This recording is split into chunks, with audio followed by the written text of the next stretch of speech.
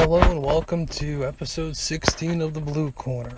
I'm Mike, as always, one half of Long Island's first ever mixed martial arts podcast, The Unknown Experts. So let's get down to the news. It's been a while, so it's going to be quite a bit. So let's start off. Glover Teixeira had to withdraw from the UFC Sao Paulo event that's coming up later in the year. He was scheduled to take on Brit Jimmy Manuwa, but had suffered an injured shoulder.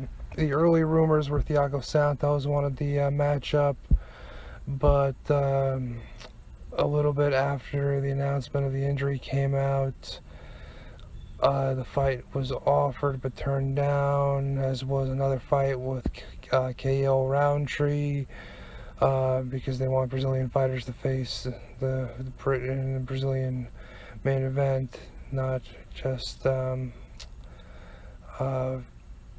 believe Roundtree is a Kiwi, possibly. I'm not sure. You have to double check on that. I'm a little rusty, so stick with me here, okay? Corey Anderson was briefly rumored before being passed over. Santos eventually got the matchup with Manuwa and will be facing him at UFC Fight Night Sao Paulo. BJJ Ace and McGregor, BJJ training partner Dylan Dennis wants Kevin Lee, and he wants him pretty badly. He's offering up a $100,000 submission grappling match, but the match would have to be to a submission. I would imagine that means obviously no points, but with that amount of money on the line, there can't be a draw either. It's got to be till somebody taps. But who knows? They might still have to draw in place like Polaris and EBI and all these other ones did at some point. Even though EBI is always progressing, I believe they initially still had the draw in effect as well. Moving on, Magomed Ankalaev will fight Marcin Prashino at UFC Fight Night 136 in Moscow, Russia. That's the first card we're having in Moscow, the co-promoted card with the M1 Global. That's right, that sentence we never thought we'd say, without the cherry on top, without the substance to it of Fedor being involved in a UFC fight.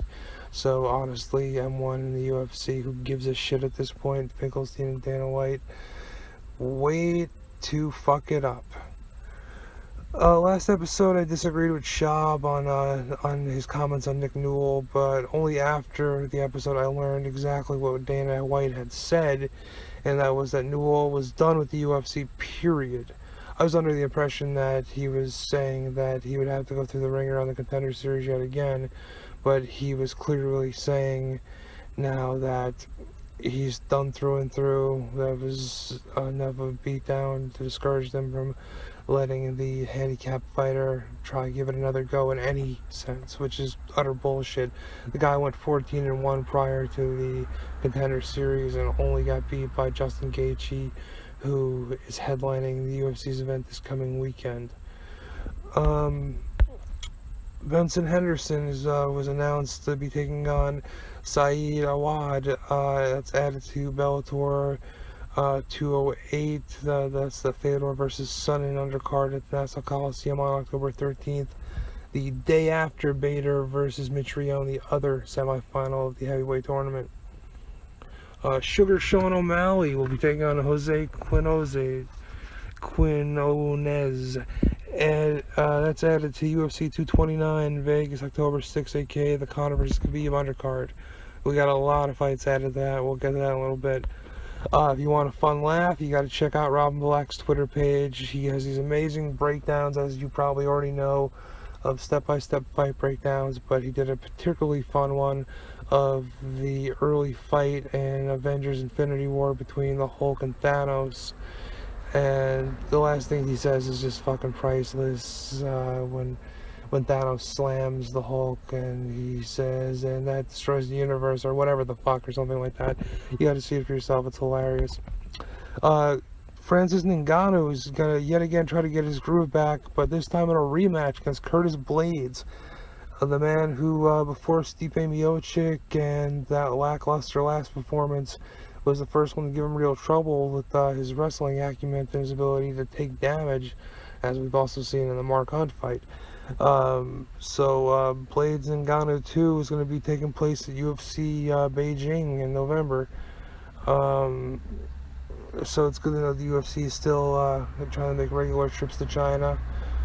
You gotta go Blades in this fight. Ngannou's in no good way about him. He needs to win this, but it's not looking good for him. But he's the type of guy, he's got the power where one fight could turn the whole thing around. James Gallagher, the CBG Ireland top prospect, and the inverse teammate over there, Conor McGregor. I don't know if you would still consider him a CBG guy, even though the head coach from there is his coach. I can't imagine he's still over there in the gym with everybody else, let alone, hangs out with Gallagher. But Gallagher was a prospect a lot of people, including myself, was hot on, but he became part of a highlight reel when he caught 2 right hands and then was stunned by a full-on WWE Shawn Michaels HBK super kick from Ricky Benjeas. It stunned the BJJ specialist after a 14-month layoff. So ring rust or lucky shot or skill, watch the fight, come up with your own opinion on it, because I honestly couldn't even begin to tell you. It seemed like it could be any number of things. It was just beautifully executed, honestly. So I would have to lean towards luck and skill. I don't think the layoff had much to do with it. Darren Cadwell, Bellator bantamweight champion, moved up to 145 and finished Noad Lahat with strikes from the behind position, basically referee's position from high school wrestling, where the one guy's on all fours with his hands down, the other guy has essentially side back mount on him. But that's where Cadwell got the TKO.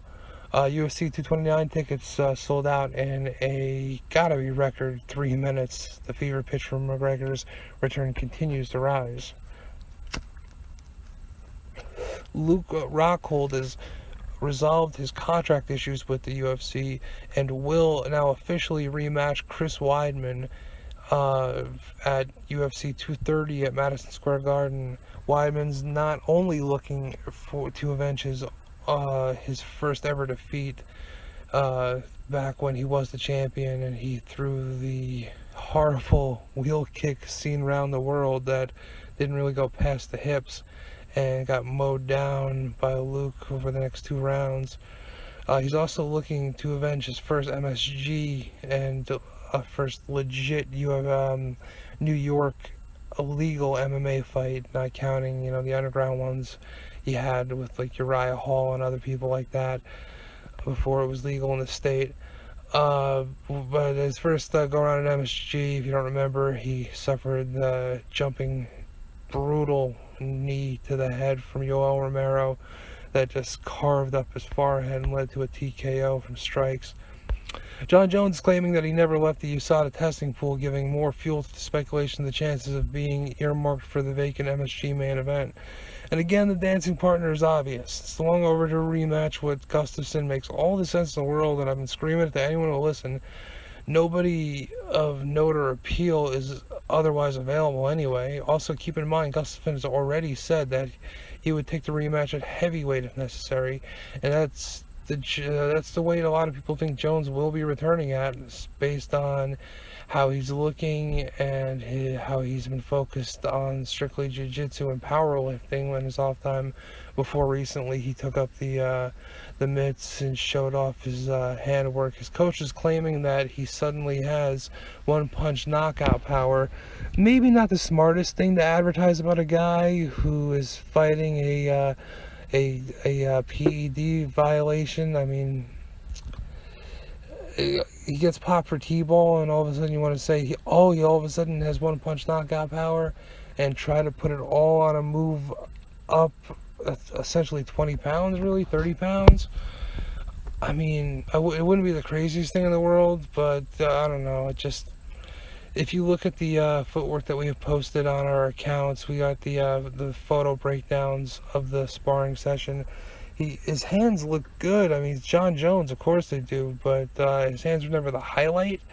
But they look much better than they ever did, but they're just a little stunted. Maybe he was just taking it easy. But his footwork was something that could really concern fans of his, especially on the back pedal. Moving on, Amanda Nunes, bantamweight queen, is engaged to her longtime girlfriend, Nina Ansaroff. And she also got a much more exciting for fight fans announcement. Not to belittle their engagement, happy for those two, but she'll be tying up with featherweight queen Chris Cyborg Justiano at the annual New Year's Eve sort of card. It's always a couple days before. This year it'll be the 29th of December. So the bantamweight will be moving up 10 pounds to take on Cyborg, who couldn't make the bantamweight cut without cutting off a leg. So we all saw that coming, if the fight were to happen, and now it is. Anderson Silva came out of nowhere and started saying Khabib is the greatest current fighter in the world. Chael Sonnen has come out as another person that believes Jones will, could, and is aiming for the MSG card return. Yoel Romero has suffered a fractured orbital bone. That's the bone around your eye socket, if you're not familiar with it. And he's pulled from his fight with Paulo Costa, a fight that didn't make a lot of sense. I mean, the lose-lose. Yoel beats him. You ruin all the potential you could have with Costa and somebody else, building him up as this Herculean character with his physique and everything and his knockout power. And if he loses, Yoel, a guy who has had two very close fights with the champion and basically hospitalized the guy, even though he lost them very slimly, but still lost them, still hospitalized the champ after the fact. It seemed like an unnecessary risk, and I'm honestly glad that Yoel fucked up in training, got hurt, and now the fight's not happening. On the flip side, Costa still wants to fight and is saying that he doesn't see a reason to take another opponent, and he'll just wait on Yoel. Hopefully somebody will intervene and put a nix on that. UFC prospect Bryce Mitchell, as you've definitely heard about this, I'm sure of it if you're an MMA fan in any sorts. He put a board over his head that he was trying to drill a hole into while having a power drill laying in his lap. The drill went off and cut into his scrotum. He dropped the board and undrilled it going the other direction, still cutting up his scrotum pretty badly. Depending on his record's a bit hard to follow for some reason, so depending on who you ask, he's either 10-0 according to the UFC or 11-1, depending on which fights do and don't count from the Ultimate Fighter semifinals and such. His exact quote was, "I was holding the board over my head with a drill in my pants. I was sizing up the board in. The drill went off and tangled my nuts up in it. I dropped the board and reversed the drill and untangled my nutsack, but they was ripped in half. I'm serious too, lol." What a fun guy. I mean, you gotta love that type of attitude with what a nightmare situation. The featherweight prospect had previously just lost the Ultimate Fighter 27 semifinal to Brad Katana, who went on to win the tournament in the next round, obviously the final. Like I said, I'm rusty, folks, bear with me. Neil Magny versus Santiago Ponzinibbio, to headline UFC's first ever trip to Argentina, Buenos Aires. So that's something to look forward to. Neil Magny and Santiago, you gotta lean towards Magny on that. He's got more of the skill set for it, more tools, better wrestling, more ways to win. Whereas in Ponzinibbio is more of a ball of potential that hasn't quite found what his strength is in the 3 or 4 quarters of our sport. You know, striking, jiu-jitsu, wrestling, and what have you, clinch work, insert here, you know, that sort of thing. One championship will debut in Japan, Tokyo, on March 31st of 2019.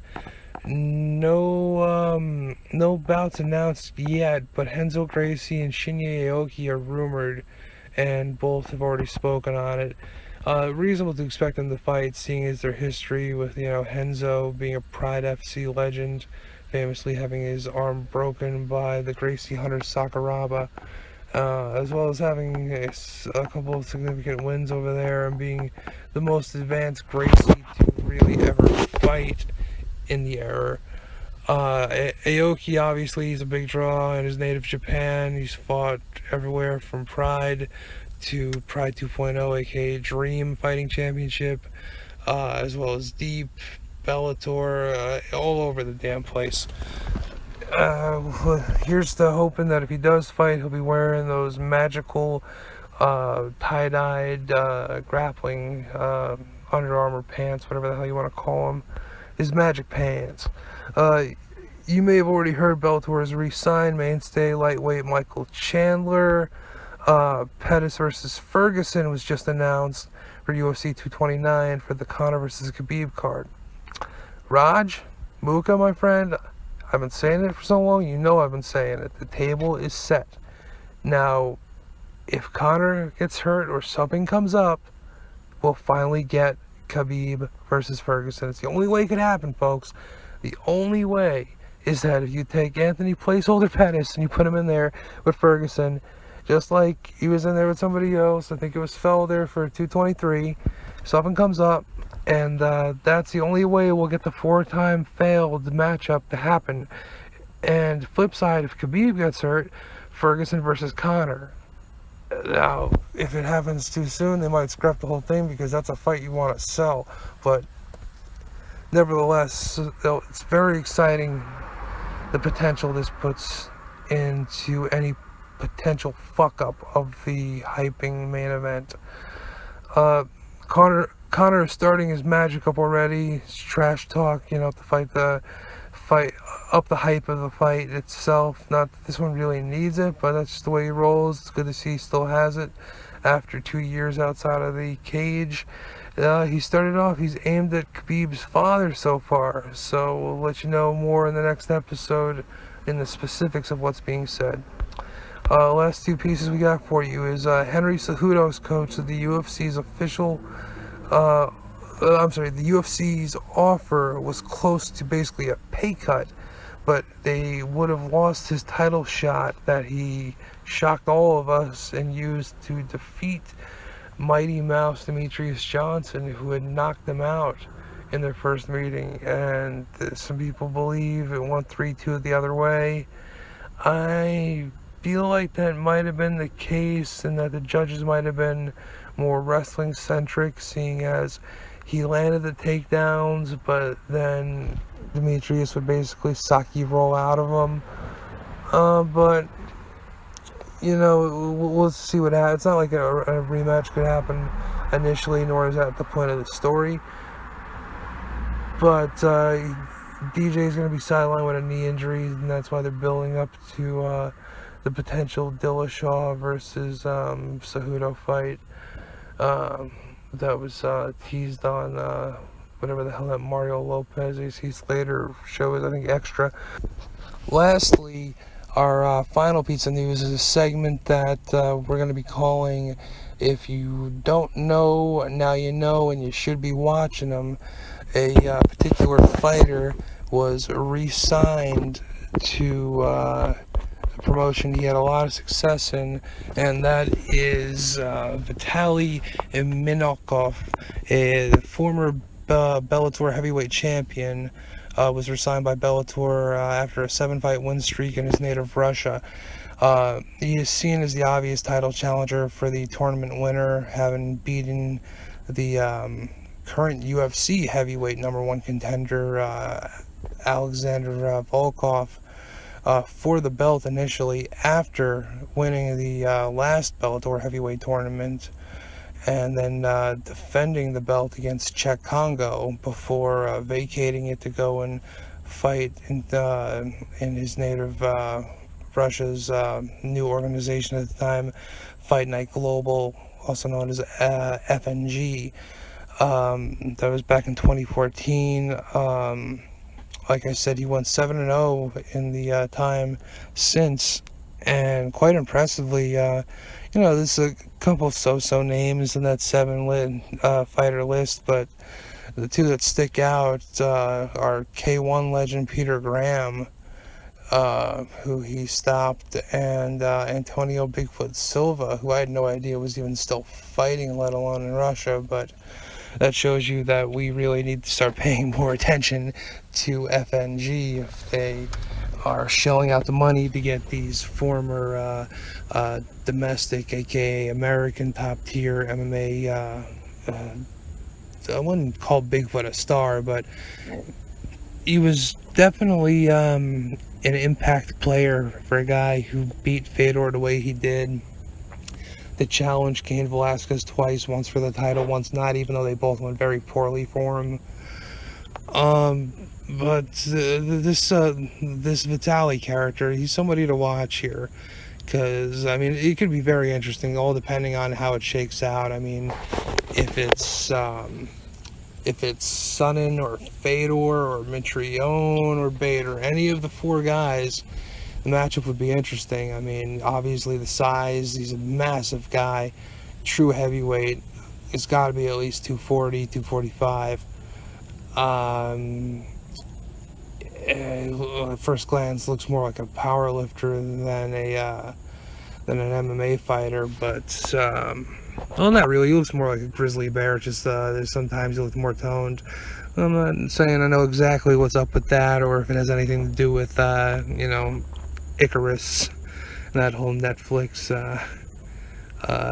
whistleblow thing. But nevertheless, this is a guy to watch, because imagine if Fedor pulls it off. I know I'm biased, but I'd love it if Fedor gets past Sonnen, and whether it be Bader or Mitrione, one of which would be, the rematch, and this time he doesn't go willy-nilly and goes punch for punch and end up on his ass with Mitrione and not have the scramble football mentality to get up and finish the damn thing. So hopefully Fedor can get through Sonnen, his pillow fist and his ground and pound, or lay and pray, if you will, to, maybe snag a Russian armbar, and then get through the final with another shocking mirror-like victory, showing that the old vet, even without his chin, is still crafty enough to sidestep you and then sideswipe you with a hooker cut, as my brother in arms Muka would say, as well as